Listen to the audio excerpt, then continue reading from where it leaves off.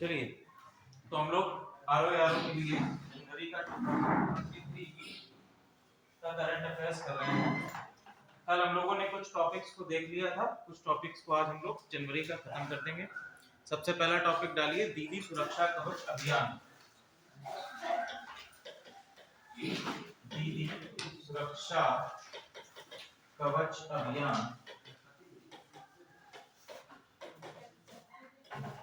दीदी सुरक्षा कवच अभियान सबसे पहला टॉपिक कहाँ का है ये?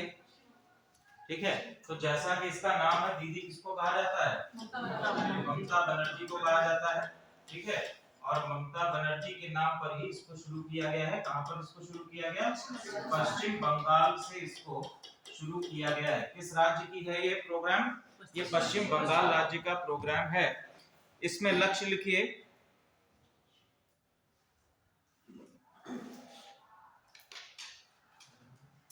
लक्ष्य इसका लिखिए। लक्ष्य इसमें सबसे पहला है कि पंचायती राज चुनावों में प्रत्येक सुविधा लोगों तक पहुंचाना।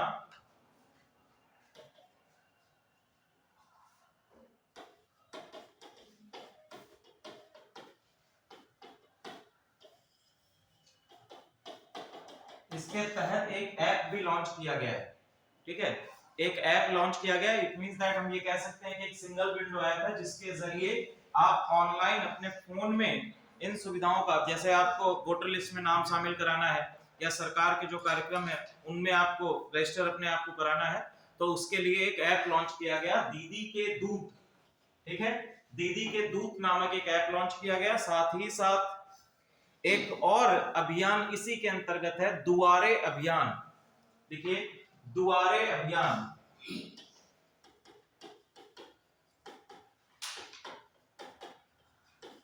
दुआरे का मतलब क्या होता है? घर के बाहर तक। ठीक है, घर के दरवाजे तक। तो इट मींस दैट कि सरकार अपनी जो योजनाएं हैं उनको कहां तक पहुंचाना चाहता है? लोगों के घर तक पहुंचाना चाहता है, जिसके लिए इन्होंने अपने अभियान का नाम दिया गया दुआरे अभियान। तो तीन चीजें आ गई। सबसे पहला, दीदी सुरक्षा कवच अभियान किस राज्य से संबंधित है? पश्चिम बंगाल से संबंधित है। कौन सा ऐप इसके लिए लॉन्च किया गया है? दीदी के दूत नामक ऐप लॉन्च किया गया है, और इसी में दुआरे अभियान को भी चलाया गया। ठीक है, इसके बाद लिखिए नेक्स्ट टॉपिक, भारत का सबसे प्रदूषित शहर। भारत का सबसे प्रदूषित शहर कौन है? ठीक है, सबसे प्रदूषित शहर कौन सा है? दिल्ली।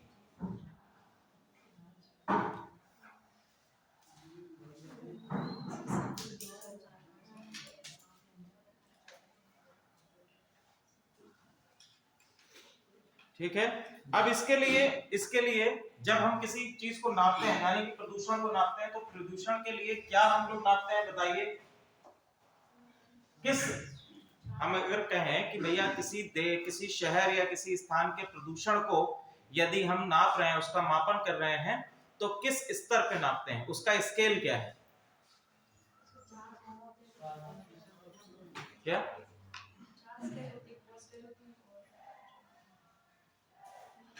देखिए, सबसे पहला आपका होता है AQI। ठीक है, इसको हम लोग कहते हैं एयर क्वालिटी इंडेक्स। ठीक है, एयर क्वालिटी इंडेक्स सबसे पहला। दूसरा हम लोग कहते हैं PM। ठीक है, दूसरा होता है PM 2.5। क्लियर? PM 2.5। इन स्केल्स के बेसिस पर हम लोग नापते हैं किसी भी जगह के प्रदूषण को। जो आपका एयर क्वालिटी इंडेक्स होता है, इसमें आपके कितने आयाम होते हैं?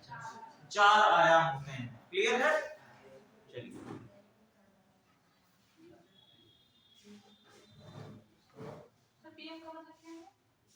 पीएम का मतलब होता है पॉल्यूटेंट मटेरियल्स। जो आपके पॉल्यूटेंट्स होते हैं उनमें अलग अलग माइक्रोन्स के स्तर पर इसको नापा जाता है। माइक्रोन्स का मतलब होता है पॉल्यूटेंट की मोटाई या चौड़ाई कितनी है। अगर पॉल्यूटेंट मोटा होगा तो उसका PM 2.5 ज्यादा होगा। क्लियर है? जैसे आप लोग पॉलीथीन में माइक्रोन नापते हैं, तो पॉलीथीन या हम लोग पेपर की भी साइज नापते हैं, तो उसमें जीएसएम के तौर पर मापते हैं। पॉलीथीन में हम लोग माइक्रोन के तौर पर मापते हैं कि उसकी मोटाई कितनी है। तो इसी तरह से जो आपके पार्टिकुलेटेड मैटर्स होते हैं, उनको भी हम लोग PM 2.5 स्केल्स पर नापते हैं। ठीक है, बेसिकली ये उनके साइज से होता है कि उनका डायमीटर कितना है। नेक्स्ट, अब देखिए इसके साथ साथ एक और चीज हुई है। उत्तराखंड में महिलाओं को कितना आरक्षण दिया गया है विधायिका में? कितना दिया गया है इसमें? टोटल उत्तराखंड में 30%, 30% का प्रावधान किया गया, 30% का प्रावधान किया गया। और अभी पूरे भारत में कितने परसेंट का प्रावधान हो चुका है हमारी संसद में? ठीक है, किस विधेयक के अंतर्गत इसको किया गया है? ठीक है, तो नारी बंधन अधिनियम जो हमारा है वो नारी शक्ति बंधन है। ठीक है, इसके अंतर्गत किया गया है। इसमें लिखिए राष्ट्रीय बालिका दिवस 24 जनवरी।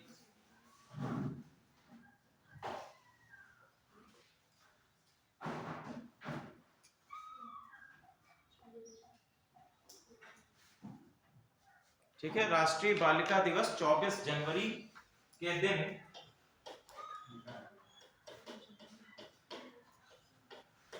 बालिका दिवस 24 जनवरी, और 24 जनवरी के दिन ही हमने क्या किया? उत्तराखंड में महिलाओं को 30% का आरक्षण दिया गया। ठीक है, नोडल एजेंसी इसके लिए कौन सी है? नोडल एजेंसी इसके लिए लिख लीजिए महिला एवं बाल विकास मंत्रालय। महिला एवं बाल विकास मंत्रालय, महिला एवं बाल विकास मंत्रालय, इनके द्वारा ये दिया गया है।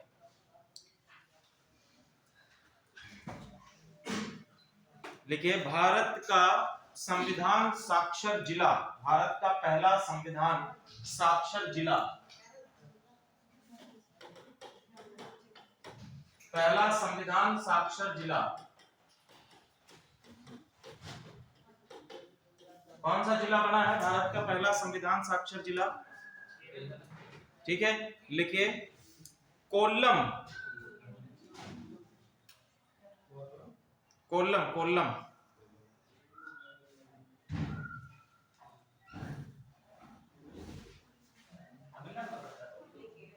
केरल में, केरल में है। केरल का कोल्लम डिस्ट्रिक्ट जो है भारत का पहला संविधान साक्षर डिस्ट्रिक्ट बना है।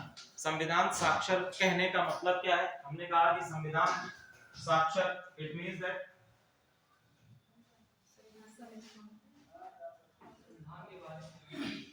ठीक है, संविधान साक्षर कहने का मतलब है कि संविधान के बारे में आप सारी चीजों को जान रहे हैं, उसके विषय में आप क्या है? अवेयर हैं, तो हम कहेंगे कि आप संविधान साक्षर हैं। ठीक है, इसके लिए सरकार ने एक संविधान साक्षर अभियान भी चलाया था। ठीक है, संविधान साक्षर अभियान चलाया गया जिसके अंतर्गत संवैधानिक धाराओं को लोगों तक पहुंचाने का कार्य किया गया, संविधान साक्षर अभियान। ठीक है, इसमें टोटल लिखिए इस अभियान में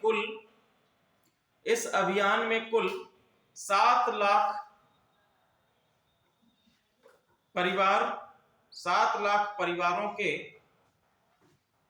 23 लाख नागरिकों, 23 लाख नागरिकों को संवैधानिक साक्षर बनाया गया है।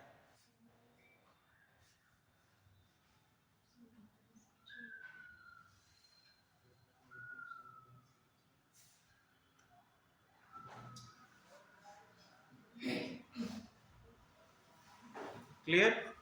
चलिए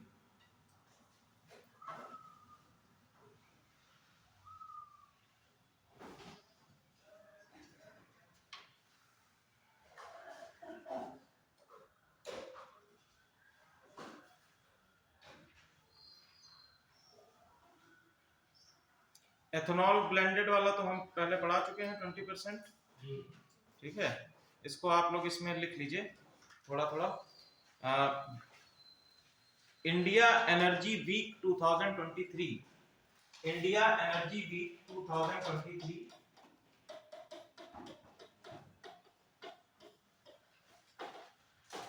2023 इसका आयोजन स्थल क्या है बताओ भैया। इंडिया एनर्जी वीक 2023 कहां आयोजित किया गया है? इसको आयोजित किया गया है बेंगलुरु में, बेंगलोर में इसको आयोजित किया गया है इंडिया एनर्जी वीक 2023 को। ठीक है, अब इसमें सबसे इंपॉर्टेंट चीज जो सामने आई है वो क्या है? इस एनर्जी वीक में E20, ठीक है, E20 का मतलब क्या है? जो हमारा पेट्रोल है उसमें एथेनॉल की मात्रा कितनी कर दी जाएगी? 20% कर दी जाएगी। ठीक है, 20% कर दी जाएगी। अभी तक जो हमारे पास ऑटोमोबाइल्स में इंजन्स आ रहे थे वो कितने परसेंट के लिए डिजाइंड हैं? ठीक है, अभी तक हम लोग जो टेक्नोलॉजी यूज कर रहे हैं वो हमारी E10 टेक्नोलॉजी है। मतलब हम जो बाइक चलाते हैं, स्कूटी चलाते हैं, मोटरसाइकिल चला रहे हैं, कार्स चला रहे हैं, उनमें जो एथेनॉल ब्लेंडेड की मात्रा है वो 10% थी, और अब इसको बढ़ाकर कितना कर दिया गया है? 20% तक कर दिया गया है। और इसके साथ साथ जो वर्तमान समय में डिफरेंट हमारे जो ऑटोमोबाइल्स आ रहे हैं उनमें भी इंजन्स जो बन के आएंगे वो इसी क्वालिटी पर आधारित होंगे कि इनमें 20% ब्लेंडेड पेट्रोलियम यूज किया जा सके। क्लियर है? इसका कारण क्या होता है? अगर एथेनॉल की मात्रा को हम बढ़ाते हैं या घटाते हैं, अगर मेथनॉल की मात्रा पेट्रोल में बढ़ाएंगे तो उसके क्या आउटकम्स होंगे? ठीक है, सबसे पहली चीज क्या होगा? इससे कार्बन एमिशन कम होगा। ठीक है, देखिए प्रत्येक कंट्री के लिए एक इंपॉर्टेंट चीज है कि वो कार्बन एमिशन को कम करे, क्योंकि बहुत सारे रूल्स एंड रेगुलेशंस लगाए जाते हैं इंडस्ट्रियल डेवलपमेंट पर भी। जैसे मान लीजिए कोई कंट्री इंडस्ट्रियल डेवलपमेंट अपने देश में कर रही है, और जैसे जैसे इंडस्ट्रियल डेवलपमेंट होगा, इंडस्ट्रियल डेवलपमेंट के साथ साथ प्रदूषण या हम लोग कार्बन एमिशन की समस्या भी बढ़ेगी। ठीक है, तो जो हमारे इंटरनेशनल स्टेज है या हम कह सकते हैं इंटरनेशनल सेंटर्स हैं, वो हर एक देश पर कुछ कैपिंग लगाते हैं। अब मान लीजिए भारत में अगर कार्बन एमिशन इंडस्ट्रियल डेवलपमेंट के साथ साथ कार्बन एमिशन बढ़ता है और हम पर किसी प्रकार की कैपिंग लगा दी जाती है, तो ऐसे कंडीशन में हमारे यहाँ इंडस्ट्रियलाइजेशन नहीं हो पाएगा। तो लगातार यह प्रयास किया जाता है कि हम परिवहन सेक्टर में या फिर जो हमारे कंपनीज हैं, डिफरेंट हमारे फैक्ट्रीज हैं, जो मैन्युफैक्चरिंग यूनिट है, उनमें हम कार्बन एमिशन को कम करें, ऐसे ईंधनों का प्रयोग करें जिनसे कि कार्बन एमिशन कम हो सके। क्लियर है?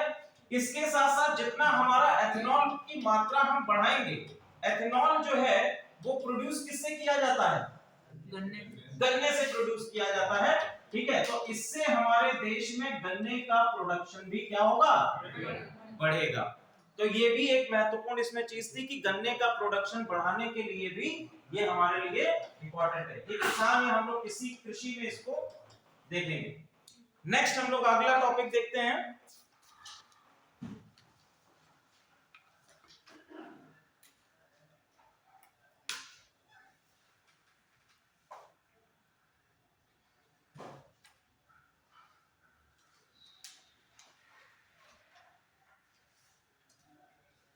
लिखिए Irfan Khan a life in movies.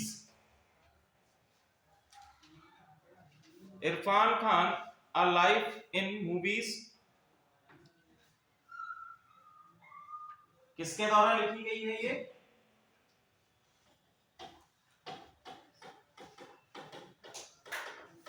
A life in movies, ये किसके द्वारा लिखी गई है? लिखिए इनका नाम लिखिए, शुभ्रा गुप्ता इसकी लेखिका है, शुभ्रा गुप्ता। और जैसा कि इसका नाम है, ये किसके लाइफ पर आधारित है? इरफान खान की लाइफ पर आधारित है। हाँ दानिश, हाँ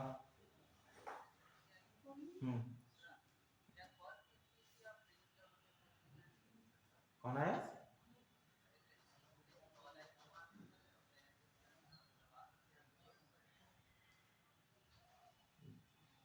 यहाँ भेज दीजिए, GIC भेज दीजिए, ठीक है।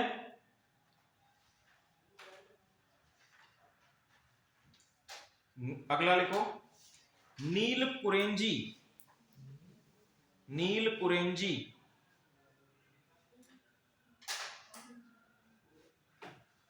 ठीक है, ये नील कुरेंजी जो है एक प्रकार का पौधा है।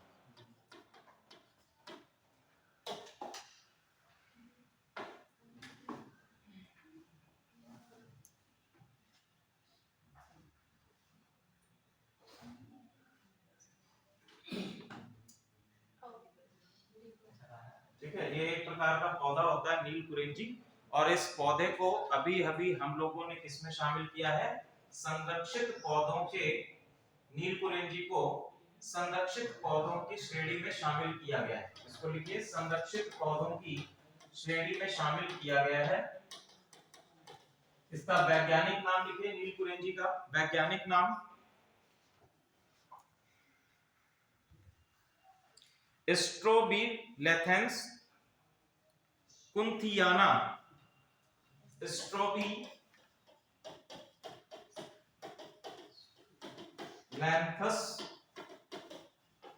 कुंथियाना। स्ट्रोबिलेथेंस कुंथियाना ये इसका वैज्ञानिक नाम है।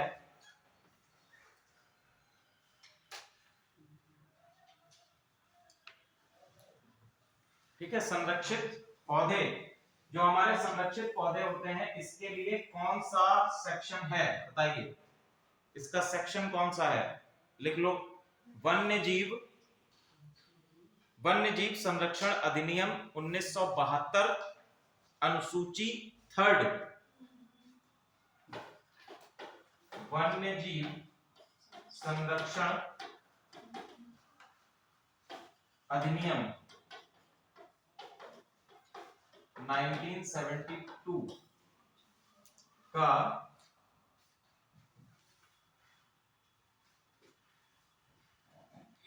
अनुसूची 3, शेड्यूल 3। अब ये नील कुरेंजी का जो पौधा है, ये पाया कहां पर जाता है, कहां पर पाया जाता है, केरल है, तमिलनाडु के क्षेत्र हैं, केरल लिख लीजिए, केरल, तमिलनाडु,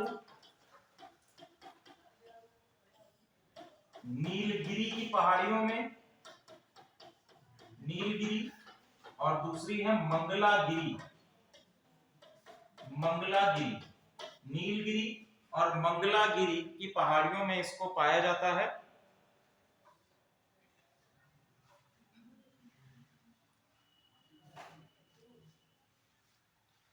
इस पौधे की 70 किस्में भारत में पाई जाती हैं। इस पौधे की 70 किस्में भारत में पाई जाती हैं।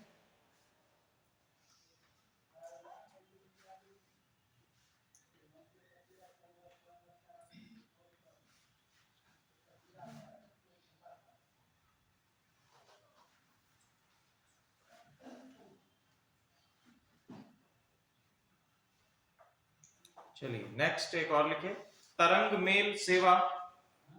तरंग मेल,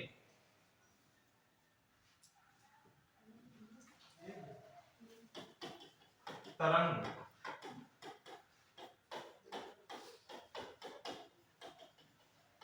किस राज्य से संबंधित है, ये संबंधित है गुजरात से। तरंग मेल सेवा किस राज्य से संबंधित है, गुजरात राज्य से संबंधित है। ये किसके द्वारा लॉन्च की गई है, भारतीय डाक विभाग के द्वारा इसको लॉन्च किया गया है, इंडियन पोस्ट ऑफिस के द्वारा इसको लॉन्च किया गया है।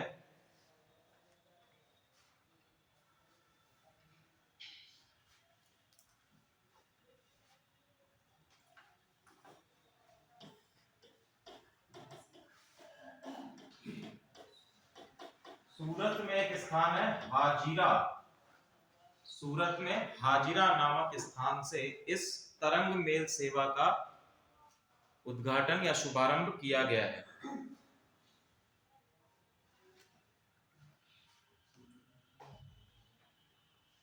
फिर लिखो, देश में सबसे गहराई में स्थित मेट्रो, सबसे गहरा मेट्रो कौन सा है? सबसे गहरा मेट्रो कोलकाता में गहरा मेट्रो नहीं। लिखिए, महा metro rail, Maharashtra metro rail corporation, Maharashtra metro rail corporation जिसको कहा गया है महा मेट्रो, महा मेट्रो जी, महा मेट्रो, या हम लोग सीधे कह सकते हैं महाराष्ट्र मेट्रो रेल कॉरपोरेशन, या जिसको हमने कहा है महा मेट्रो। ठीक है, ये देश का सबसे गहरा मेट्रो होगा। कहां पर? पुणे में। किस स्थान पर होगा? पुणे में सबसे देश का गहरा मेट्रो बनाया जाएगा। जो आप लोग बात कर रहे थे कोलकाता की, तो कोलकाता में देश का सबसे पहला पानी के अंदर चलने वाला मेट्रो, ठीक है, सबसे पहला जल के अंदर चलने वाला मेट्रो कहां पर है? कोलकाता में है। अब मैंने वैसे टॉपिक पढ़ाया हुआ है क्लास में। एक और आप लोगों को बताते हैं, सबसे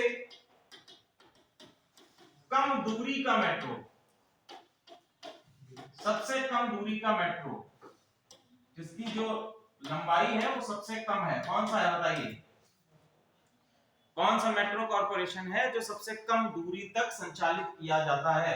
देखिए, अहमदाबाद मेट्रो सबसे कम दूरी तक कौन सा है? अहमदाबाद मेट्रो, और इसकी कुल लंबाई अभी कितनी है? 6 किलोमीटर है। 6 किलोमीटर में इसको संचालित किया जाता है। सबसे बड़ा मेट्रो तो आप लोगों को पता ही है कौन सा है? कौन सा है?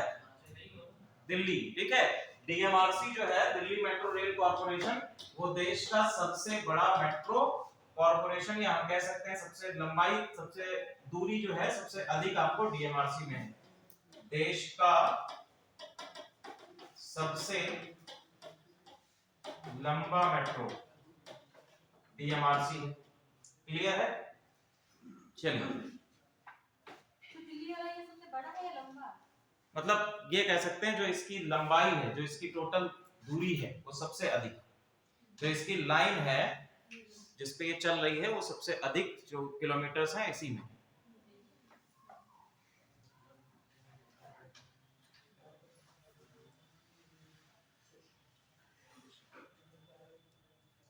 फिर लिखिए, लद्दाख विशिष्ट भूमि पार्सल पहचान संख्या, विशिष्ट भूमि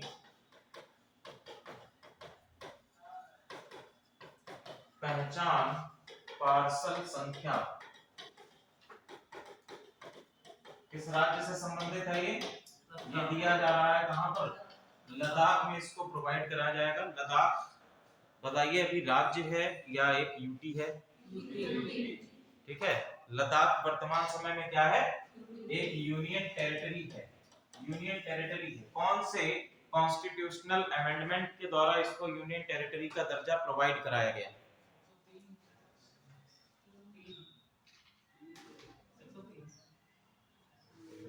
बताओ। कॉन्स्टिट्यूशनल अमेंडमेंट एक्ट 103 के जरिए इसको क्या कराया गया है?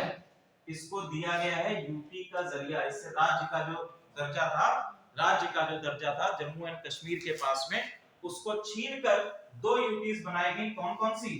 पहले जम्मू कश्मीर, और दूसरा हमारा कौन सा बना है? लद्दाख। ठीक है, ये 2 आपके रीजंस क्या बना दिए गए। अच्छा, एक क्वेश्चन बताइए, कौन सी रेंज, कौन सी रेंज, हिमालय की कौन सी रेंज जम्मू कश्मीर और लद्दाख को विभाजित करती है? जी हाँ, कौन सी श्रेणी जम्मू कश्मीर और लद्दाख को विभाजित करती है? ठीक है, तो कौन सी है? जास्कार रेंज। ठीक है, जास्कार रेंज के एक तरफ, जास्कार रेंज के इस तरफ जो है आपका लद्दाख है। यहाँ पर अच्छा 3 श्रेणियां पाई जाती हैं। ठीक है,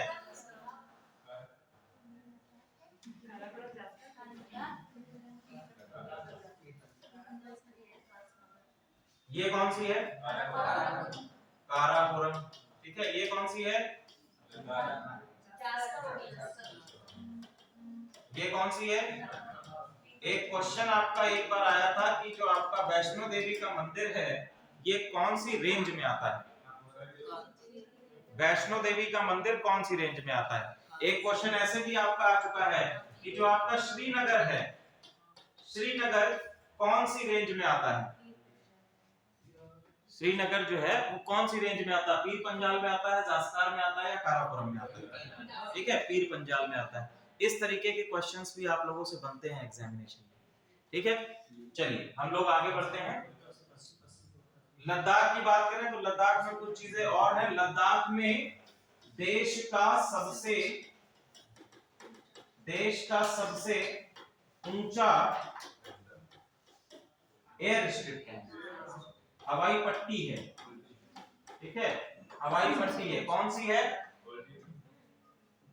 हाँ, गोल्डी बेग है, पूरा नाम बताओ।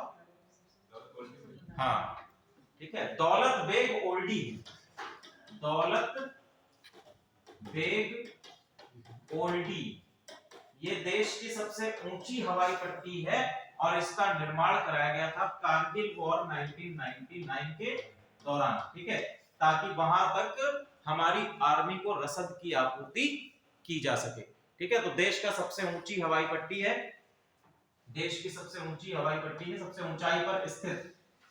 ऊंची का मतलब क्या है कि सबसे ऊंचाई पर स्थित है। क्लियर है? और इसके बाद लद्दाख जो है, लद्दाख को हम लोग कहते हैं कोल्ड डेजर्ट। ठीक है, कोल्ड डेजर्ट कहा जाता है। देश का सबसे बड़ा कोल्ड डेजर्ट लद्दाख। ठीक है, कोल्ड डेजर्ट कहने का मतलब कि यहाँ पर किसी प्रकार की वनस्पति नहीं पाई जाती है। रीजन, क्योंकि साइबेरियन विंड्स आती हैं लद्दाख में और साइबेरियन विंड्स के कारण यहाँ पर बर्फ जमा रहता है, जिसके कारण प्रॉपर वेजिटेशन नहीं हो पाता है। अब हम लोग वापस आ जाते हैं, तो लिखिए लद्दाख के उपराज्यपाल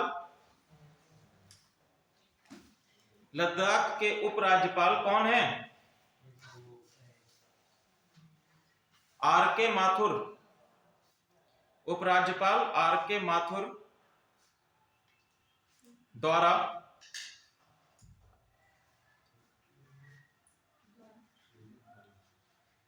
यूएल पिन, ये जो आपका विशिष्ट भूमि पहचान है, इसको सिंपल लिख लीजिए ULPIN, unique land ULPIN. ठीक है, कितने अंकों का होगा ये 14 अंकों का दिया जाएगा, 14 अंकों का यूएल पिन दिया जाएगा।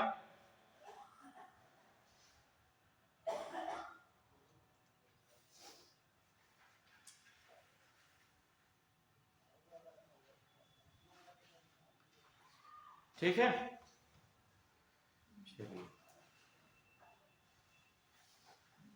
अच्छा, इससे संबंधित एक और योजना है सरकार की, 2 योजनाएं। ठीक है, जिसके अंतर्गत यूएल पिन जैसी, उत्तर प्रदेश में ऐसी कौन सी योजना है जिसमें ये कहा गया है कि सभी जितने जो किसान हैं या फिर आपके जिनके पास अपनी लैंड है उसका मापन करा के उनको एक विशिष्ट पहचान संख्या दी जाएगी? घरौनी नहीं, पंचामृत। पंचामृत भी नहीं है, एक योजना है स्वामित्व।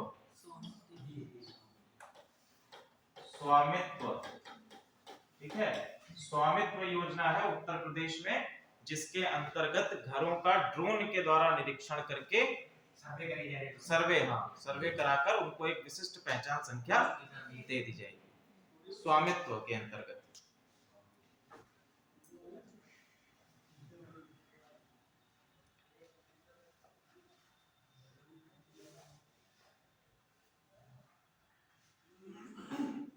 चलिए अब हम लोग कुछ चीजों को देख लेते हैं, फटाफट आप लोग जो है कुछ आंसर दीजिए।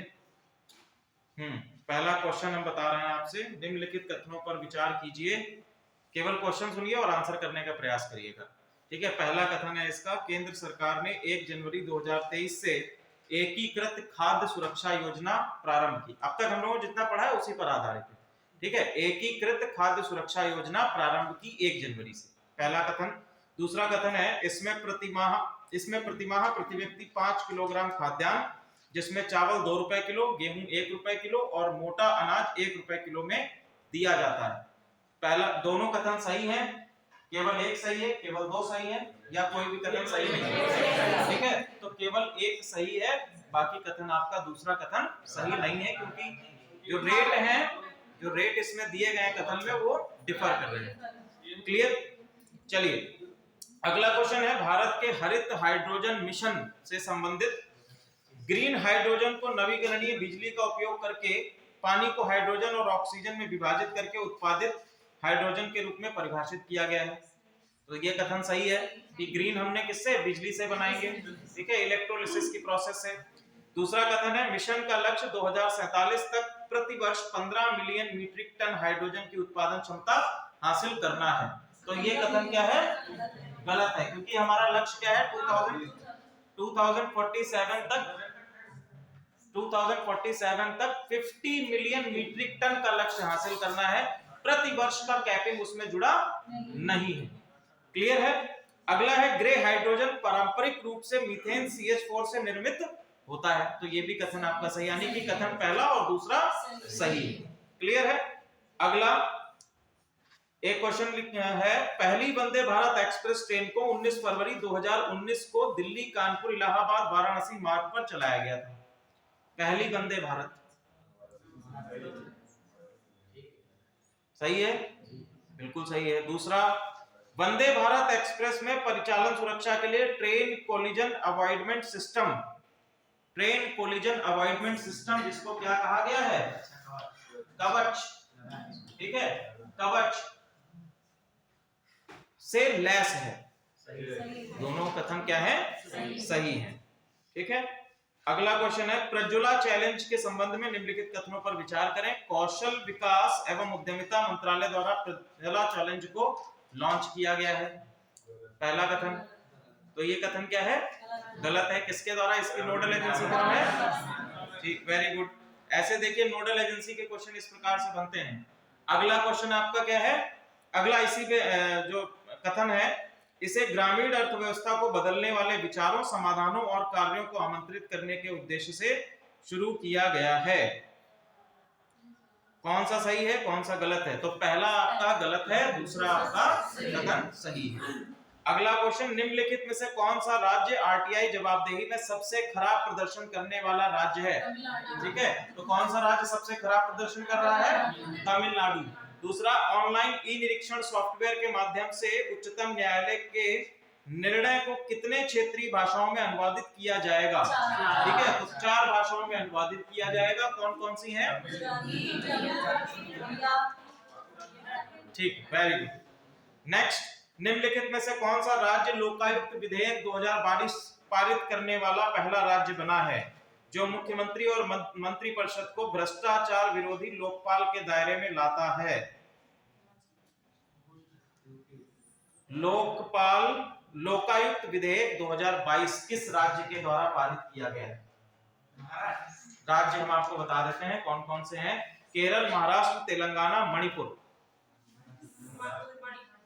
महाराष्ट्र, ठीक है, तो महाराष्ट्र आप ध्यान रखिएगा, लोकायुक्त विधेयक 2022, ठीक है, इसमें कौन से राज्य में लॉन्च किया गया है? ये महाराष्ट्र में इसको लॉन्च किया गया है। अरे भैया, ये भ्रष्टाचार के जैसे लोकपाल आपका है, तो सेम उसी तरह से लोकायुक्त भी रहता है। ये भ्रष्टाचार विरोधी आपका एक कह सकते हैं कमीशन होता है, जिसमें कि अब इसमें शामिल कर दिया गया है मंत्रिमंडल और मुख्यमंत्री दोनों पर यदि भ्रष्टाचार के आरोप लगते हैं तो उनको भी दायरे में लिया जा सकता है। इसमें तो उसको भी रख सकते हैं, इसको जस्टिस है, उसको तो भी रख सकते हैं। चीफ जस्टिस को कैसे रखोगे? चीफ जस्टिस को नहीं रख सकते हैं, उनके पद विमुक्त करने की प्रक्रिया ही अलग है। ठीक है, चीफ जस्टिस को रख इसलिए नहीं सकते हैं क्योंकि हमारे कॉन्स्टिट्यूशन का आर्टिकल कहता है कि जो हमारी ज्युडिशरी है उसको हमें लेजिस्लेशन से बिल्कुल अलग रखना है। ठीक है, इनके बीच में किसी भी प्रकार का एमलगमेशन नहीं होना चाहिए। अब इसी तर्ज पे जब 2014 में एनजैक आया था, 2014 में एनजैक जब लाया गया था, नेशनल जुडिशरी अपॉइंटमेंट कमीशन, ठीक है, तो नेशनल जुडिशरी अपॉइंटमेंट कमीशन में जो मेंबर्स थे उन मेंबर्स में जो तीसरा मेंबर था वो कौन था? चीफ जस्टिस नहीं, वो था आपका कानून मंत्री। और कानून मंत्री किसका अंग होता है? कानून मंत्री किसका अंग होता है? कानून मंत्री अंग होता है किसका? विधायिका का। ठीक है, तो ये तो हम कह सकते हैं कि ये सीधे सीधे क्या हो गया, सीधे सीधे हमारी जुडिशरी में एमलगमेट कर रहा है, उनका एक कोलैप्स कर रहा है। तो दैट इज व्हाई। और दूसरी चीज में ये भी कही थी कि भैया जो 2 सदस्य अन्य आपके निर्धारित किए जाएंगे वो भी किसकी रिकमेंडेशन पर होंगे? कानून मंत्री की रिकमेंडेशन पर होंगे, जिसमें एक महिला एससी एसटी कैंडिडेट होगा, एक आपका ओबीसी कैंडिडेट रहेगा। तो ये दोनों ही अगर कानून मंत्री करेंगे और बाकी बचे आपके सीजीआई और एक हमारा सुप्रीम कोर्ट का जज। अब यहां पर देखो, यहां पर ये तो 2 हैं, यहां पर ये कितने लोग हैं? 3 हैं। तो अगर रेशियो निकालेंगे, कहीं वोटिंग करने की भी आवश्यकता पड़ी तो ये तो एक तरफ हो जाएंगे। तो इसलिए इस एनजैक को पूरी तरह से खारिज कर दिया गया था। और अभी भी जो प्रणाली यूज की जा रही है वो आपकी कोलोजियम प्रणाली है। हालांकि वो भी प्रणाली दोषपूर्ण है। दोषपूर्ण क्यों है? क्या सर जो है सुप्रीम कोर्ट के वही वो करते हैं। नहीं, ऐसा कुछ नहीं। देखिए कोलोजियम में सुप्रीम कोर्ट का पूरा वो रहता है। दोषपूर्ण इसलिए है कि क्योंकि कहीं ना कहीं कोलोजियम में अभी भी लेजिस्लेशन का दबाव रहता है। होता यह है कि मान लीजिए कोलोजियम ने 4 जजेस को नामित किया, एक ये है, एक ये है, और इनका जो है आप इनकी एक लिस्ट बना के किसको भेजी? काउंसिल ऑफ मिनिस्टर को भेज दी। अब काउंसिल ऑफ मिनिस्टर इसको पास नहीं करते हैं। वो कहते हैं जब तक हमारी मर्जी का कैंडिडेट नहीं आएगा तब तक हम पास ही नहीं करेंगे, दबाए रखते हैं, रोके रखते हैं। ठीक है, तो रिकमेंडेशन इन्हीं का जा रहा है, लेकिन यहां पर जो प्रोसेस आ रही है, रिकमेंडेशन जाता है किसका? कोलोजियम का। अब काम तो काउंसिल ऑफ मिनिस्टर के पास है, मंत्रिमंडल के पास है।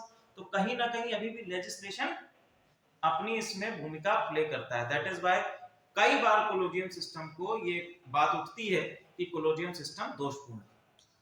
क्लियर? चलिए आगे हम लोग बढ़ते हैं। क्वेश्चंस हो गए? क्वेश्चंस मैं ये भेज भी दूंगा आप लोगों को एक और। चलिए ये मैं भेज दूंगा क्वेश्चंस आपको सारे, ताकि हम लोग आगे हम लोग पढ़ लें।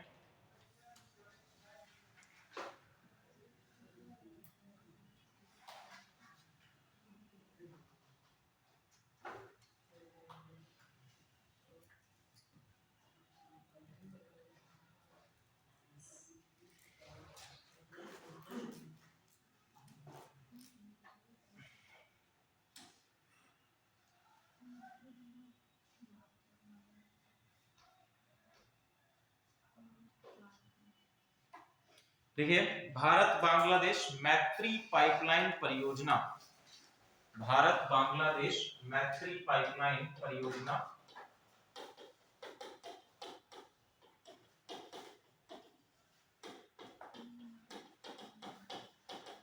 मैत्री पाइपलाइन परियोजना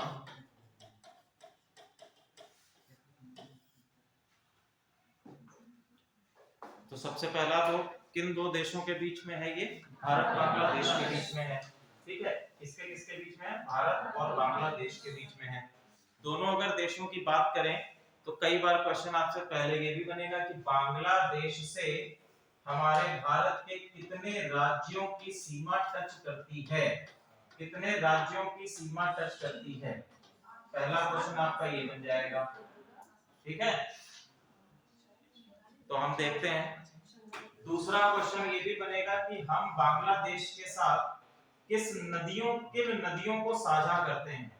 मतलब ऐसी नदियां जो भारत से भी जा रही हैं और फिर बांग्लादेश से होते हुए बंगाल की खाड़ी में जाकर डिपॉजिट होती हैं। क्लियर है? तो सबसे पहला हम लोग आंसर ढूंढने का प्रयास करते हैं। चलो आ गया है। ठीक है, अब देखिए कितने राज्यों की सीमा टच कर रही है। सबसे पहला हमारा कौन सा है? पश्चिम बंगाल। पश्चिम बंगाल के बाद दूसरा हमारा कौन सा है? असम है। असम के बाद कहां गया असम? अरे यही तो होता नहीं है, उसको टच कीजिए। नहीं होता, अभी देखना, हम जो है ये कर चुके हैं, देखो नहीं हुआ सेटिंग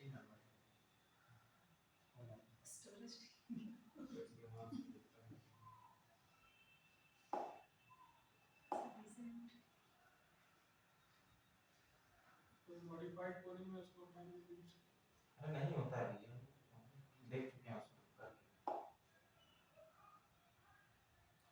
चलो कहाँ पहुँचे, देखना ही तो है इसमें, देखना है।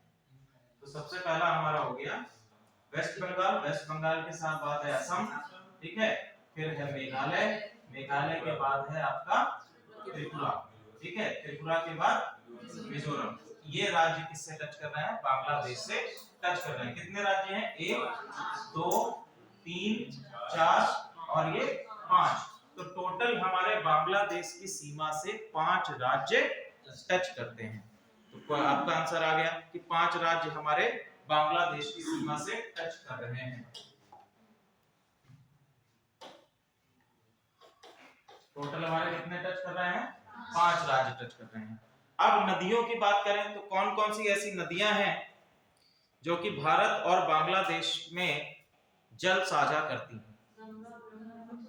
गंगा तो नहीं, तिस्ता, वेरी गुड, ठीक है, एक आपकी है तिस्ता रिवर, तिस्ता रिवर के बाद कौन सी है, ब्रह्मपुत्र रिवर, ठीक है, तिस्ता और ब्रह्मपुत्र ये जो है भारत में भी बहती हैं और डिपॉजिट होती हैं जाके बांग्लादेश के थ्रू बंगाल की खाड़ी में। लिखिए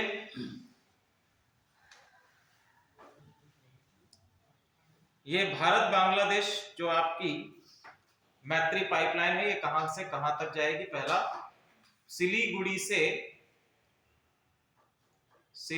से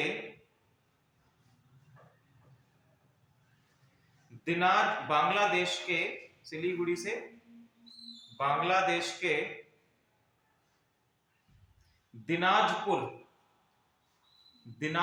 जिले के पर्वतीपुर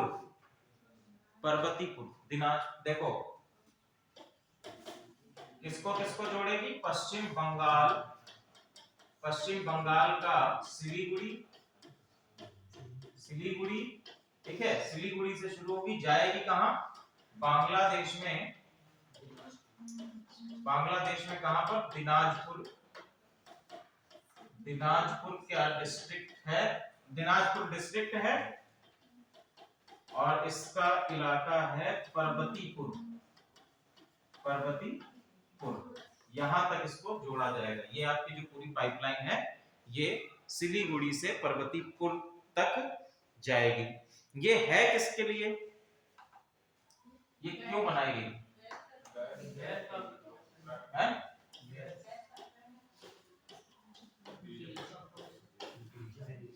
डीजल के लिए, ठीक है, भारत जो है बांग्लादेश को डीजल प्रोवाइड कराएगा, उसके लिए इसको बनाया गया है। जून 2023 में ये शुरू भी हो चुकी है। दूरी इसकी लिख लो, नहीं 131.5 किलोमीटर, 131.5 किलोमीटर।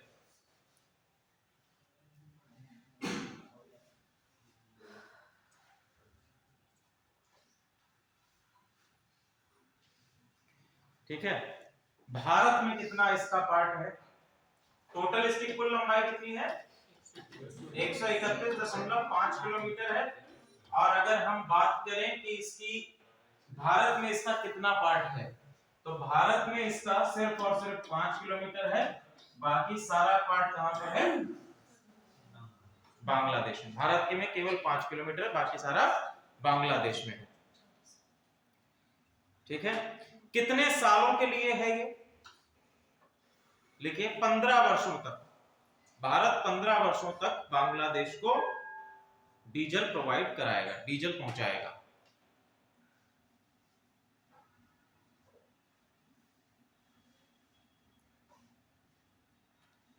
नेक्स्ट लिखे विश्व रोजगार और सामाजिक आउटलुक रिपोर्ट 2023।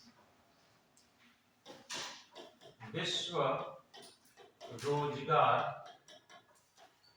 एवं सामाजिक आउटलुक रिपोर्ट 2023। आउटलुक रिपोर्ट 2023 कौन जारी करता है इसको? ये रिपोर्ट जो है विश्व रोजगार एवं सामाजिक आउटलुक रिपोर्ट किसके द्वारा जारी की जाती है? इसका एजेंसी लिखिए, इसको जारी करता है अंतरराष्ट्रीय श्रम संगठन। श्रम संगठन। कभी कभी ना कुछ चीजों में तुक्का भी लगाया करो, क्योंकि कई सारे ऐसे क्वेश्चंस फंस जाते हैं जो कि लगता है कि इसको यही जारी करता होगा। जैसे मान लीजिए कोई अंतरराष्ट्रीय इकोनॉमी से रिलेटेड आपकी कोई भी रिपोर्ट है, ठीक है, इकोनॉमी से रिलेटेड आपकी कोई रिपोर्ट है, तो उसको कौन जारी कर सकता है? उसके लिए दो एजेंसीज आपके दिमाग में सबसे पहले आनी चाहिए। कौन सी? एक आपकी हो गई वर्ल्ड बैंक और दूसरी आपकी हो गई IMF। ठीक है, ये दो एजेंसी सबसे पहले आनी चाहिए। और जितनी भी आपकी रिपोर्ट हैं वो ज्यादातर आपकी रिपोर्ट्स इन्हीं दो एजेंसीज के द्वारा जारी की जाती हैं, वर्ल्ड बैंक और दूसरा आपका IMF के द्वारा। और मोस्ट ऑफ की आपकी IMF ही जारी करता है। IMF ऐसी रिपोर्ट्स को जारी करता है जो कि रिपोर्ट्स आपके बेसिकली किसी भी कंट्री के इकोनॉमिक प्रदर्शन पर आधारित होती हैं, या हम कह सकते हैं कि वहां के कॉर्पोरेट वर्ल्ड पर आधारित होती हैं। कॉर्पोरेट वर्ल्ड, या हम कह सकते हैं ओपन मार्केट की जो पॉलिसी है उसके अंतर्गत जो भी चीजें हो रही होंगी, मार्केट व्यवस्था के अंतर्गत ऐसी रिपोर्ट्स आपकी IMF जारी करता है। ठीक है, दूसरा आपका हो गया वर्ल्ड बैंक। अब वर्ल्ड बैंक कौन सी जारी करेगा? या तो वर्ल्ड बैंक कौन सी जारी करता है? वेरी गुड, ठीक है, जो भी पार्टनरशिप होंगी देशों के मध्य में, या फिर देशों के द्वारा लिया हुआ कर्जा होगा, या फिर वहां पर इकोनॉमी में पैसा जो इन्फ्यूज करके लोगों के हित के लिए काम किया जा रहा है, ऐसी रिपोर्ट जो जारी करेगा वो वर्ल्ड बैंक होगा। तो ऐसी जगहों पे ऐसे तुक्का लगाया जाता है। अब जैसे हंगर इंडेक्स है, कौन जारी करता है? हमारा जो हंगर इंडेक्स होता है, हर साल आपका हंगर इंडेक्स जारी किया जाता है। नहीं, हंगर इंडेक्स जारी करता है UNDP। ठीक है, अब देखो सिंपल आ रहा है। UNDP का काम क्या है? विश्व में क्या करना है? डेवलपमेंट करना है, ह्यूमन डेवलपमेंट करना है, ह्यूमन कैपिटल को बढ़ाना है। और हंगर इंडेक्स किसके लिए है? ये बेसिकली संबंधित है ह्यूमन कैपिटल से ही। हंगर इंडेक्स के अगर आप 8 आयाम या 8 या 10 आयाम हैं जिसमें उसको जारी किया जाता है, तो उसमें सारी चीजों में आप लोग यही देखेंगे कि UNDP ये ह्यूमन कैपिटल उसका एक बेसिक मोटो आता है। क्लियर है? तो हम लोग वापस आते हैं। विश्व रोजगार और सामाजिक आउटलुक रिपोर्ट किसके द्वारा जारी की जाती है? अंतरराष्ट्रीय श्रम संगठन के द्वारा इसको जारी किया जाता है।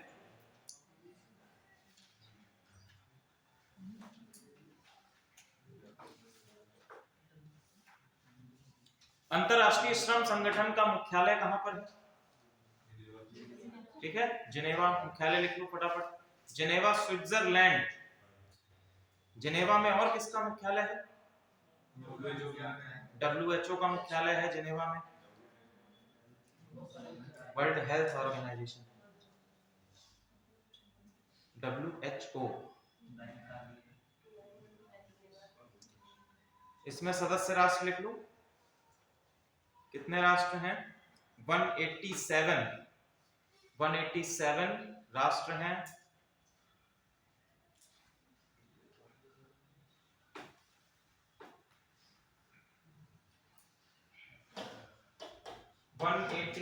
सदस्य राष्ट्र हैं, और इसमें इसको बनाया गया था वर्साई की संधि। वर्साई की संधि 1919 की वर्साई की संधि के द्वारा इसको बनाया गया था। और इनको 1969 में क्या मिला है? शांति के लिए नोबेल प्राइज मिला है। शांति के लिए क्या मिला है? नोबेल प्राइज मिला है। इस वर्ष का शांति के लिए नोबेल प्राइज किसको दिया गया है? हैं? स्वाति नायक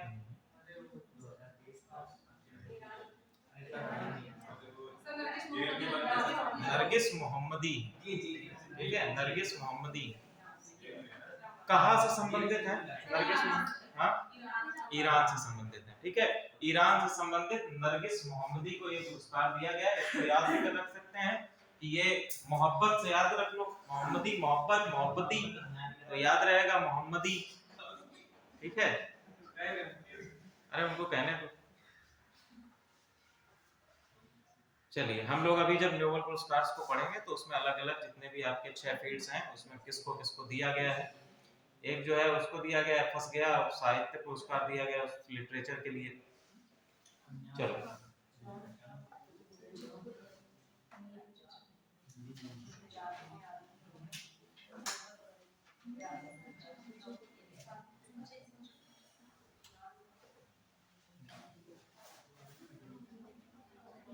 आईएलओ के द्वारा जो 2 और मुख्य रिपोर्ट साझा की जाती है उसका भी नाम लिख लीजिए। पहली है global wage report, global wage report, और विश्व सामाजिक संरक्षण रिपोर्ट, विश्व सामाजिक संरक्षण रिपोर्ट, ग्लोबल वेज रिपोर्ट। ये वेज वो वाला वेज नहीं है, वेज नॉन वेज वाला नहीं है, ठीक है।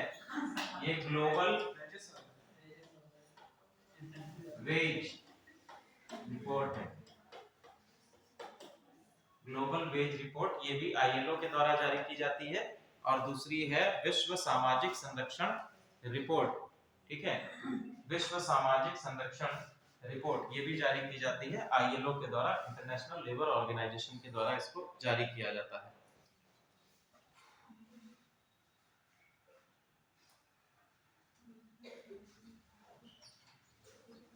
विश्व आर्थिक मंच, अगला डालिए, विश्व आर्थिक मंच।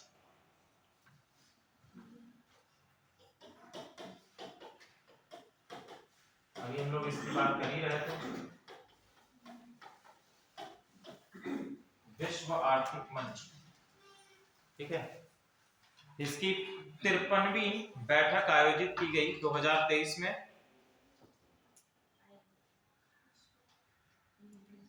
ठीक है। कहां पर आयोजित की गई है? स्विट्जरलैंड के दावोस में, 53rd स्विट्जरलैंड के दावोस में इसको जारी किया गया है। दावोस में ये बैठक हुई है, ठीक है, स्विट्जरलैंड के दावोस में ये बैठक हुई है। थीम लिख लीजिए, थीम, इस बैठक की थीम क्या है? कोऑपरेशन इन अ फ्रेगमेंटेड वर्ल्ड, खंडित विश्व में सहयोग, फ्रेगमेंटेड, बटे हुए, खंडित विश्व में सहयोग।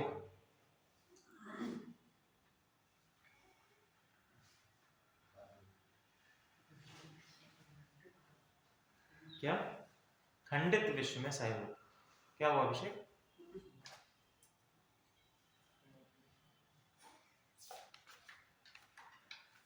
चलिए, ठीक है। अब हम लोग कुछ चीजें देख लेते हैं विश्व आर्थिक मंच के बारे में। विश्व आर्थिक मंच IFM, कब इसको बनाया गया है?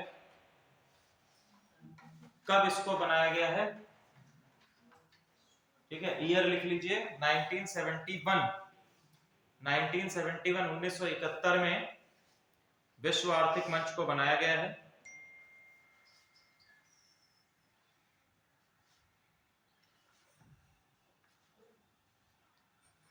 मुख्यालय कहाँ है इसका?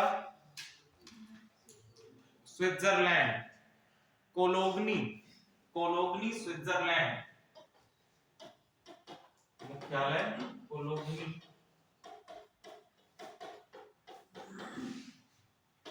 स्विट्जरलैंड,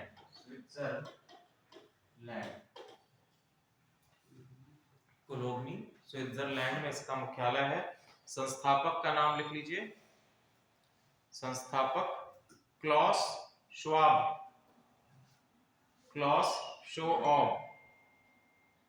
जो ये रिपोर्ट जारी करता है वो रिपोर्ट भी आप लिख लीजिए, क्लॉस शोऑब, शोऑब, क्लॉस शोऑब।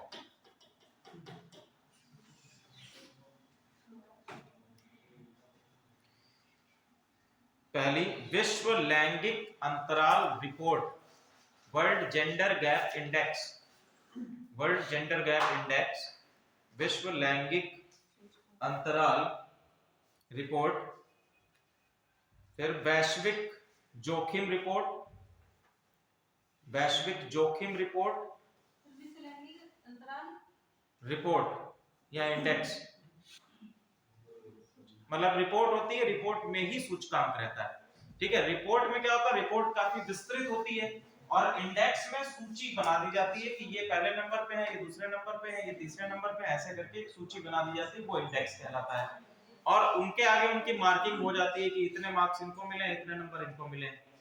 फिर नेक्स्ट है वैश्विक यात्रा और पर्यटन रिपोर्ट, दूसरे नंबर पे था वैश्विक जोखिम रिपोर्ट, वर्ल्ड रिस्क रिपोर्ट। फिर वैश्विक यात्रा और पर्यटन रिपोर्ट,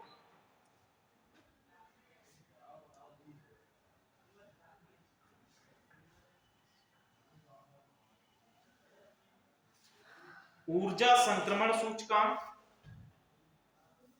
ऊर्जा संक्रमण सूचकांक,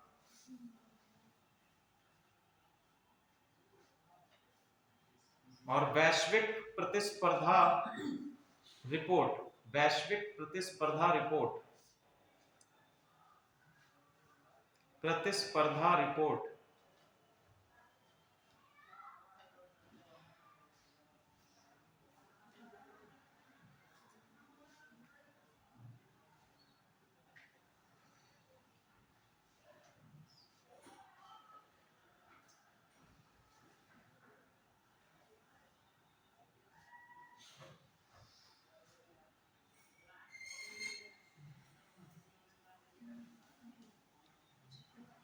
ठीक है, चलिए अब लिखो ओएस भारोस,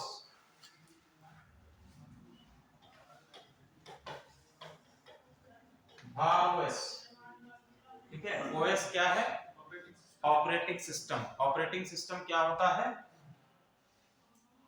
ऑपरेटिंग सिस्टम क्या होता है, हाँ, एप्लीकेशंस को रन कराता है। तो इसके विषय में हम कह सकते हैं ऑपरेटिंग सिस्टम एक ऐसा जरिया है, एक ऐसा माध्यम है, मीडियम है, जो कि व्यक्ति, एक पर्सन और हार्डवेयर के बीच में एक संपर्क स्थापित कराता है। ठीक है, जैसे आप लोग अपने फोन्स में यूज करते हैं एंड्रॉइड, एंड्रॉइड हम लोग यूज करते हैं, तो एंड्रॉइड क्या है, ऑपरेटिंग सिस्टम है। ठीक है, दूसरा हम लोग यूज करते हैं आपके लैपटॉप्स में, तो लैपटॉप्स में हम लोग विंडोज यूज करते हैं, तो विंडोज भी क्या है, ऑपरेटिंग सिस्टम है। ठीक है, कुछ और ऑपरेटिंग सिस्टम्स के नाम बताइए। iOS भी आपका क्या है, ऑपरेटिंग सिस्टम है। हाँ, एंड्रॉइड ऑपरेटिंग सिस्टम, सबसे पहला तो एग्जांपल मैंने वही बताया। ठीक है, एंड्रॉइड हो गया, विंडोज हो गया और आपका iOS हो गया, ये सभी आपके ऑपरेटिंग सिस्टम। क्लियर है? बाकी और भी ऑपरेटिंग सिस्टम होते हैं और इनसे विषय में आपसे क्वेश्चंस भी बनते हैं कि निम्न में से कौन सा एक ऑपरेटिंग सिस्टम है, निम्न में से कौन सा एक सर्च इंजन है। ठीक है, एक क्वेश्चन आपसे काफी पहले पीसीएस के एग्जामिनेशन में शायद पूछ लिया गया था, एसएससी के एग्जामिनेशन में आया था, उसमें पूछा गया था डक डक गो, डक डक गो। तो ये पूछा गया कि डक डक गो क्या है। ठीक है, अब तो आ गया है कि ये सर्च इंजन है, तो उस समय आधे लोगों को पता ही नहीं था कि डक डक गो भी कोई चीज होती है। सफारी भी आता है। ठीक है, सफारी एप्पल यूज करता है, सफारी, सफारी सर्च इंजन नहीं है, सफारी ब्राउजर है। ठीक है, सफारी क्या है, ब्राउजर है। जैसे हमारा क्रोम है, क्रोम हम लोग यूज करते हैं, क्रोम यूज करते हैं, मोजिला फायरफॉक्स यूज करते हैं, इंटरनेट एक्सप्लोरर यूज करते हैं। ठीक है, यूसी ब्राउजर यूज करते हैं। तो ये सभी आपके क्या है, ब्राउजर है। ठीक है, ब्राउजर है। सर्च इंजन ऐसा आपका गूगल है, याहू है। ठीक है, ये सभी आपके क्या है, सर्च इंजन है। Search engine in the sense कि जिसमें हम कोई भी कीवर्ड डाल के सर्च करते हैं। ठीक है, क्या कह रहे हैं? YouTube आपका तो एक सोशल मीडिया प्लेटफॉर्म है वीडियोस के लिए। जैसे आपका YouTube है, आपका Facebook है, Instagram है, ये सभी आपके क्या है, LinkedIn है, Twitter है, ये सभी आपके अलग अलग प्रकार के सोशल मीडिया प्लेटफॉर्म है। जैसे YouTube जनरली फॉर वीडियोस के लिए होता है कि आप वहां पर वीडियोस देख सकते हैं, कमेंट कर सकते हैं, लाइक कर सकते हैं, शेयर कर सकते हैं, ये सभी आपका YouTube में है। उसी तरह से आप जब Facebook पे जाते हैं तो Facebook में आप फोटोज को शेयर कर सकते हैं, अपने विचारों को शेयर कर सकते हैं, कोई चीज आपको लिखनी है उसको आप डाल सकते हैं। ट्विटर क्या है, ट्विटर कम शब्दों में, आप लोग अगर ट्विटर यूज करते हो तो ट्विटर आप जितने भी आप, मैं कहता हूं कि यूपीएससी एस्पिरेंट हैं जो, उनको ट्विटर यूज करना चाहिए, क्योंकि ट्विटर लंबी चौड़ी कहानी लिखने का मौका नहीं देता है। वो कहता है अपनी बात को लिखो कम शब्दों में, उसमें वर्ड लिमिट है। जबकि फेसबुक पे लिखने चले जाओगे तो आप 4 पन्नों का लेख लिख डालोगे, वो आपको लिमिट नहीं देता है। और आपको ये जो ट्विटर है वो कहता है कि अपनी बात को, बड़ी बात को कम शब्दों में लिखो। और यूपीएससी एग्जामिनेशन भी आपसे यही कहता है, वहां पर भी तो 150 शब्दों की वर्ड लिमिट है, उसी में आपको अपना आंसर कंप्लीट करना है। तो ट्विटर पे आप लोगों को डेली कुछ ना कुछ पोस्ट करना चाहिए, उससे आपकी लेखनी की क्षमता बढ़ेगी और इसी बहाने जो है हो सकता है कि प्रमोट भी हो जाए आप। चलिए, तो ऑपरेटिंग सिस्टम भार ओएस किसके द्वारा विकसित किया गया है, लिख लीजिए, इसको विकसित किया गया है आईआईटी मद्रास के द्वारा। आईआईटी मद्रास के द्वारा इसको विकसित किया गया है। आईआईटी मद्रास के द्वारा, भारतीय प्रौद्योगिकी संस्थान मद्रास के द्वारा इसको विकसित किया गया है।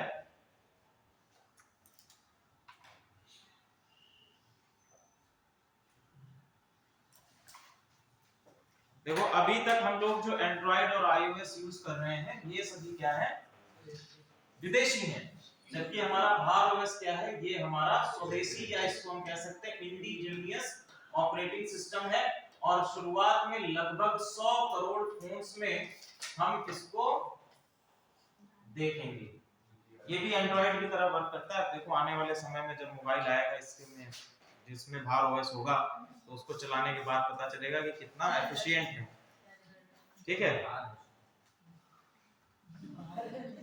भार ओएस। चलिए,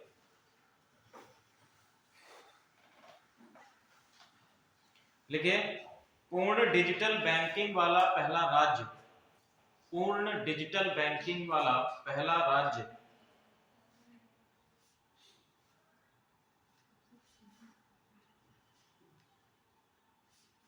कौन सा है, केरल।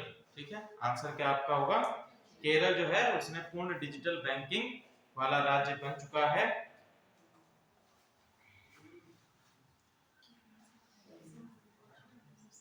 और इसके लिए जो इनका प्रोग्राम है, प्रोग्राम का नाम लिखिए, Kerala fibre optics network. Kerala fibre optics network K FON, Kerala fibre optics network. ठीक है, तो इंटरनेट के लिए एक कनेक्शन के लिए एक नई तकनीक है। ठीक है, नई तकनीक है जिसको हम लोग कहते हैं फाइबर ऑप्टिक्स। इसमें एक बहुत पतली सी केबल होती है जिसके जरिए कनेक्शन दिया जाता है। ठीक है, Kerala fibre optics network. Kerala पहला राज्य है जिन्होंने क्या दिया है, इंटरनेट का अधिकार। केरल पहला राज्य है जिसने यहाँ के नागरिकों को क्या दिया है, इंटरनेट का अधिकार प्रदान किया है। और इंटरनेट का अधिकार, अब इंटरनेट का अधिकार तो दे दिया तो सभी तक इंटरनेट की पहुंच होनी चाहिए। तो इसके लिए इन्होंने अपना एक नेटवर्क बनाया जिसको कहा जाता है क्या, केरल फाइबर ऑप्टिक्स नेटवर्क, जिसमें हर घर तक, अब जैसे यहाँ है सीतापुर में, तो यहाँ सिटी के आसपास तो फाइबर ऑप्टिक्स के तार बिछे होंगे, लेकिन आप कहीं सिटी से बाहर चले जाएं तो वहां पर आपको फाइबर ऑप्टिक्स का नहीं मिलेगा। फिर आप लोग घर में आरएफ लगवाते हैं, आरएफ मतलब ऊपर एक एंटीना लग जाता है, उसका कनेक्शन नीचे, लेकिन उसकी स्पीड बहुत कम होती है, स्लो हो जाती है। जैसे कुछ नेटवर्क प्रोवाइडर आते हैं, टेक्योन है, तिकोना है, ब्रॉडबैंड कनेक्शन देते हैं। ठीक है, चलिए क्या कह रहे हैं, अगला लिखिए पेरूप, PAYRUP,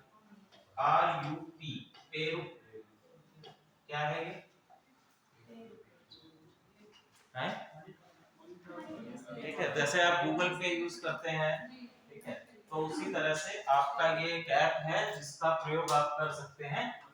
अब इसके बारे में पढ़ना क्यों है, तो ऐसा कहा गया है कि ये भारत का सबसे तेज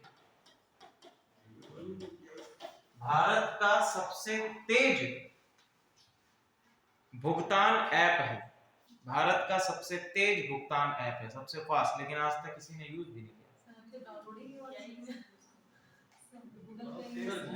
इसको 9 जनवरी 2023 को लॉन्च किया गया है, पेरूप को 9 जनवरी 2023 को लॉन्च किया गया है। कहां पे लॉन्च किया गया है? बेंगलोर, आईटी सिटी बेंगलोर है।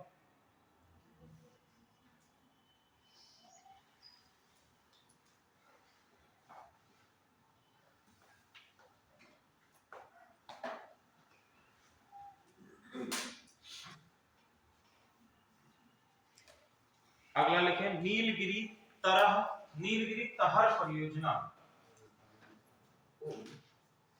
नीलगिरी तहर परियोजना, नीलगिरी तहर परियोजना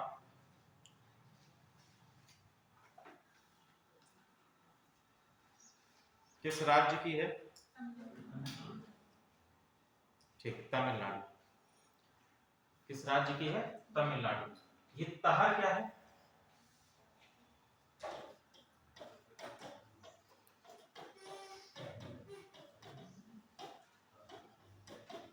देखो, ये जो आपका तहर है इसको कहा जाता है आइबेक्स। आइबेक्स एक क्या है? जानवर। ठीक है, आइबेक्स का फोटो दिखा दें। अरे बुल की तरह होता है, बुल की तरह नहीं, सॉरी, जो आपका बकरा होता है ना, सींग वाला, उसकी तरह होता है।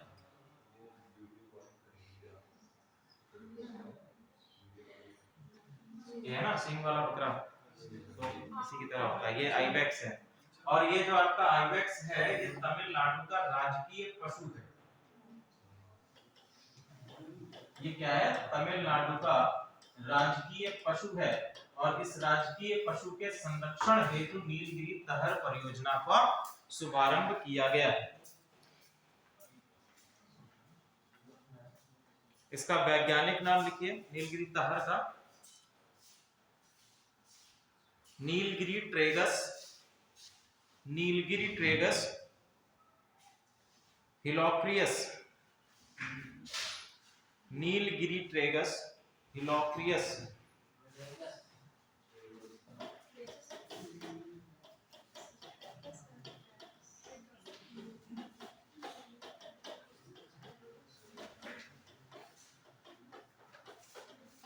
नीलगिरी ट्रेगस हिलोक्रियस, ये इसका क्या है? वैज्ञानिक नाम है। IUCN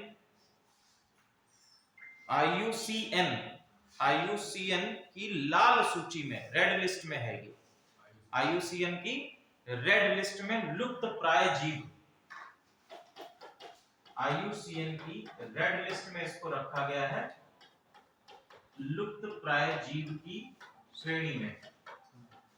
ऐसा भी क्वेश्चन बन सकता है कि आपका आइबेक्स जो है यह किस लिस्ट में है, तो red list, green list, blue list, grey list, ऐसे करके आएगा।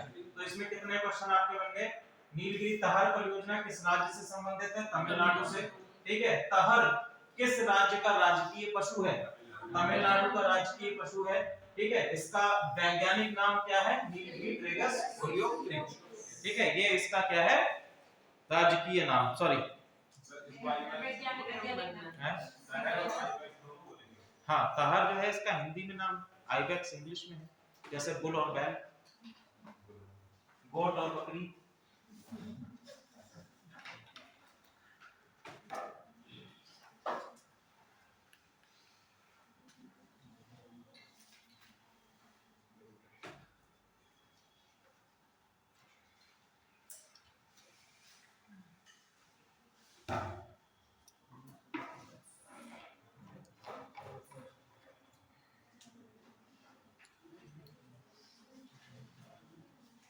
भारत का पहला बायोस्फीयर रिजर्व कौन सा है?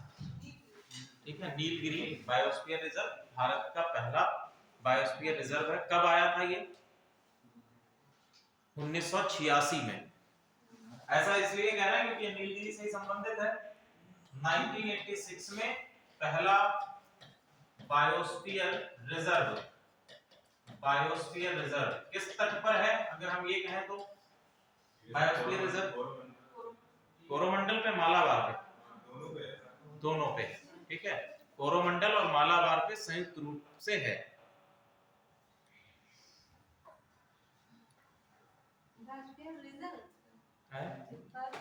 बायोस्फीयर रिजर्व, रिजर्व रिजर्व का मतलब कि इसको क्या कर दिया गया है? कवर कर दिया है, रिजर्व कर दिया है, इसमें यही रह सकते हैं, इनका संरक्षण किया जाए। अगला है प्रसाद योजना।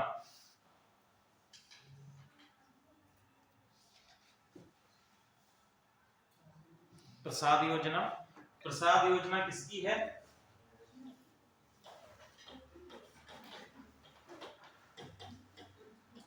प्रसाद योजना किस विभाग की है? सॉरी, किस मंत्रालय से संबंधित है? पर्यटन मंत्रालय से संबंधित आपकी प्रसाद योजना है। ये खबरों में क्यों रही? क्योंकि प्रसाद योजना के अंतर्गत तेलंगाना की 2 योजनाओं को सम्मिलित किया गया है। तेलंगाना प्रदेश की 2 योजनाओं को सम्मिलित किया है, इसको लिखिए। प्रसाद योजना के अंतर्गत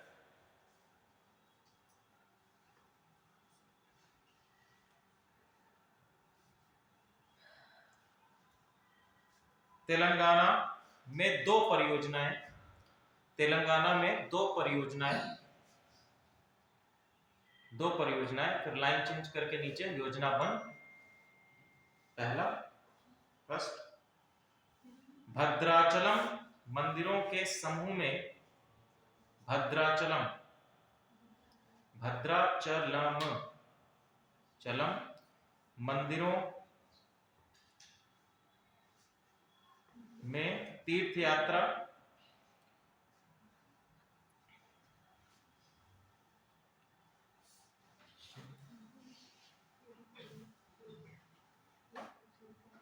दूसरा, पहला भद्राचलम हो गया और दूसरा आपका है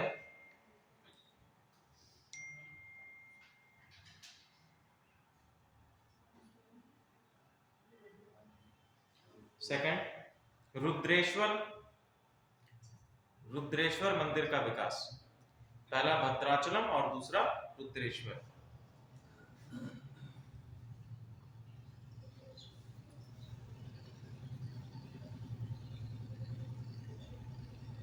ठीक है, तो सबसे पहले पहला मंदिर आपका कौन सा है? भद्राचलम, ठीक है। भद्राचलम मंदिर जो है ये आपका लगभग 350 वर्ष पुराना मंदिर है, पहला चीज।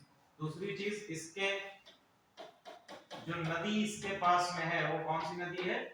गोदावरी नदी है। और इसके विषय में मान्यता है कि भगवान श्री राम ने यहाँ पर अपने वनवास के दौरान कुछ समय तक वास किया था, ठीक है। तो इसको एक पर्यटन नगरी के तौर पर, इसको एक पर्यटन केंद्र के तौर पर विकसित करने का सरकार का लक्ष्य है। दूसरा आपका कौन सा है? रामप्पा। रामप्पा के विषय में लिख लीजिए। रामप्पा में किन भगवान का मंदिर है? भगवान शिव को समर्पित मंदिर है।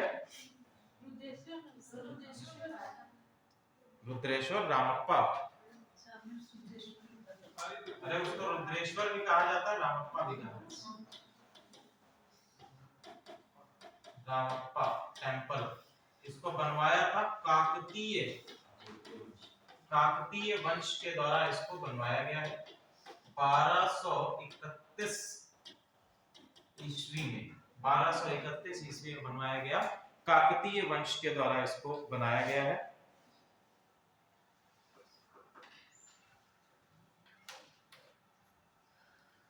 प्रसाद योजना कब शुरू की गई है? 2014 से 15 में शुरू की गई। 2 मंदिर है इसमें, आपका ये हो गया। चलिए प्रसाद योजना हो गई। नेक्स्ट 14-15 में इसको शुरू किया गया है और वर्तमान समय में अभी भी चल रहा है।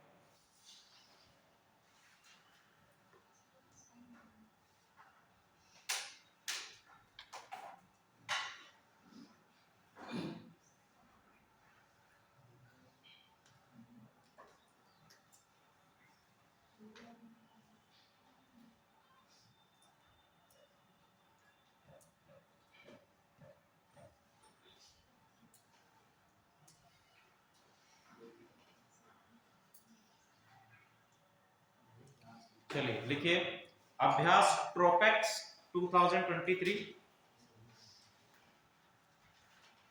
ट्रोपेक्स TROPEX ट्रोपेक्स 2023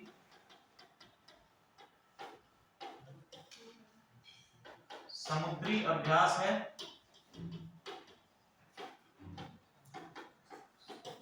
समुद्री अभ्यास, समुद्री से नौसेना अभ्यास है, ऐसे समझिए। नौसेना नेवी का ये एक अभ्यास है ट्रोपेक्स। 2023 में इसको लॉन्च किया गया है। कहां पर इसको लॉन्च किया गया है? किस महासागर में? लिखिए हिंद महासागर में। हिंद महासागर में इसको लॉन्च किया गया है ट्रोपेक्स को।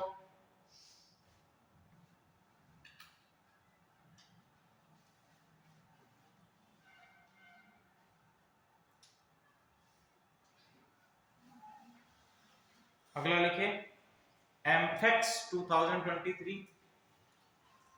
इसमें कोई भी और देश भाग नहीं लेता है, ध्यान रखिएगा।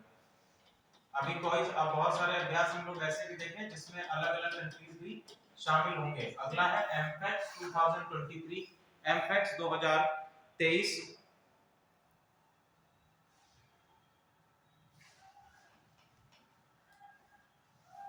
कहां पर है ये? आंध्र प्रदेश के काकीनाडा।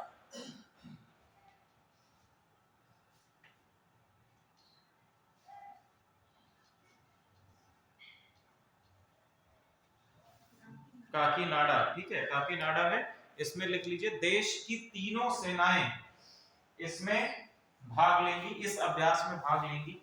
देश की तीनों सेनाएं इस अभ्यास में भाग लेंगी। चलिए तीनों सेनाओं की बात आ गई तो हम लोग कुछ और भी बात कर लेते हैं। सबसे पहला क्वेश्चन, थल सेना के प्रमुख कौन हैं? ठीक है, थल सेना के प्रमुख हैं जनरल मनोज पांडे। ठीक है, कौन है? जनरल मनोज पांडे। वायुसेना के प्रमुख कौन हैं?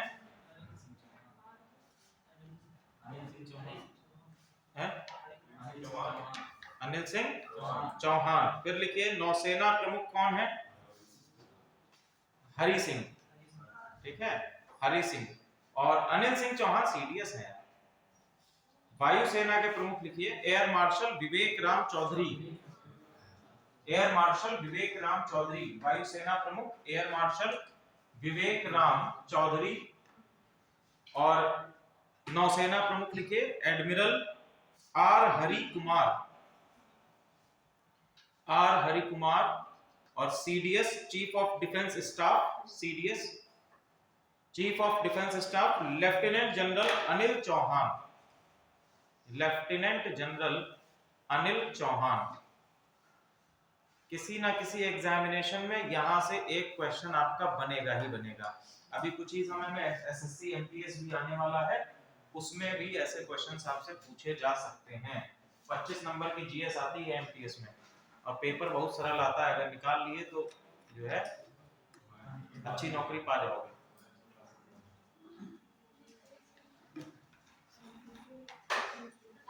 एपीएस वाला भी तो एपीएस वाला भी तो आप लोग दे रहे होंगे एग्जाम। कितने लोगों ने भरा है एपीएस? एपीएस भरा है आप लोगों में से किसी ने? आपने भरा है? चलो बढ़िया, उसका वो दे देना आके रजिस्ट्रेशन फॉर्म। सेलेक्ट हो गए तो हम लोग जो है ब्रांडिंग तो कर लेंगे अपनी।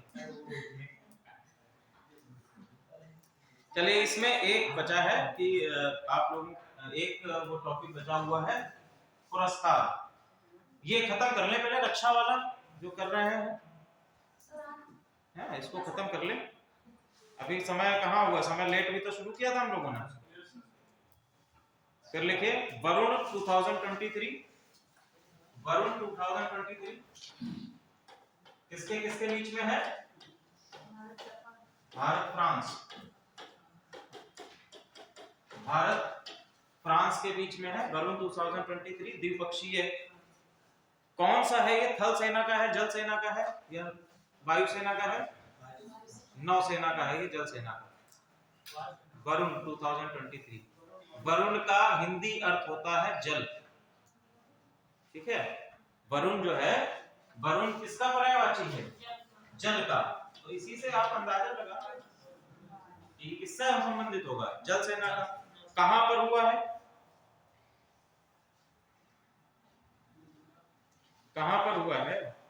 लिखिए अरब सागर में।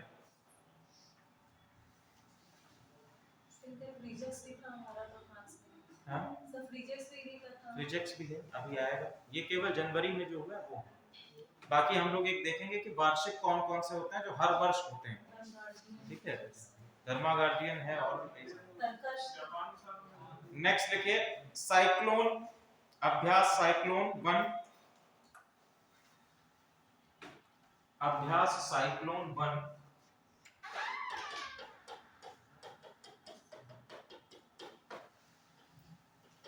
किसके किसके बीच में है? यह है भारत और मिस्र के बीच में है। अभी इसका पहला संस्करण 2023 में हुआ है और ये कहां पर हुआ है? राजस्थान के जैसलमेर में। राजस्थान के जैसलमेर में इसका पहला संस्करण आयोजित किया गया है। राजस्थान के जैसलमेर में पहला संस्करण अभ्यास साइक्लोन का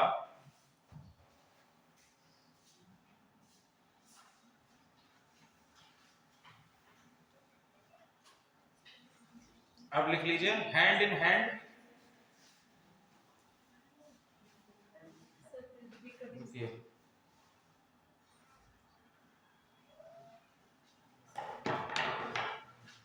हैंड इन हैंड, हाथों में हाथ।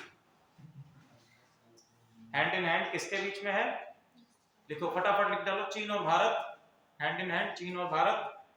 सेलवैक्स, सेलवैक्स, सेलवैक्स किसके किसके बीच में है? नहीं, यूएसए और भारत, यूएसए भारत। संप्रति, संप्रति बांग्लादेश भारत, संप्रति बांग्लादेश भारत। सूर्य किरण,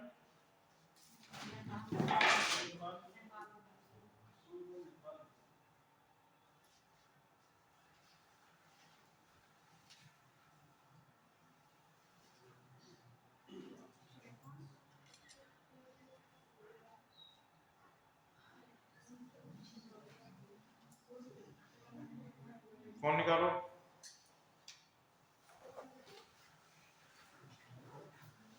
देखो आया।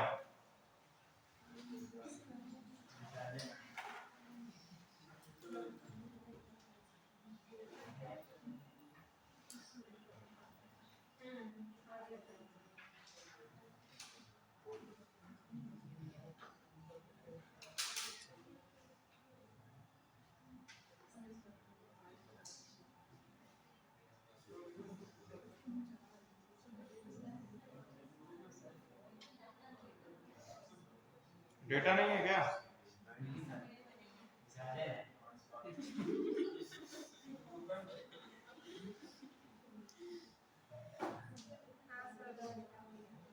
आ गया?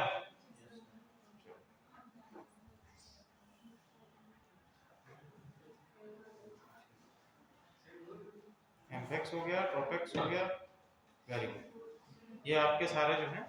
अब एक टॉपिक हमारा रह गया है पुरस्कार, ठीक है, उसको भी हम लोग कर लेंगे कंप्लीट, पुरस्कार को भी। हाँ चलिए सर आ गए हैं, ठीक है, उनको भी टाइम दे देते हैं। आज की क्लास हम लोग यहीं पे समाप्त करते हैं, बैठे रहिए, बैठे रहो।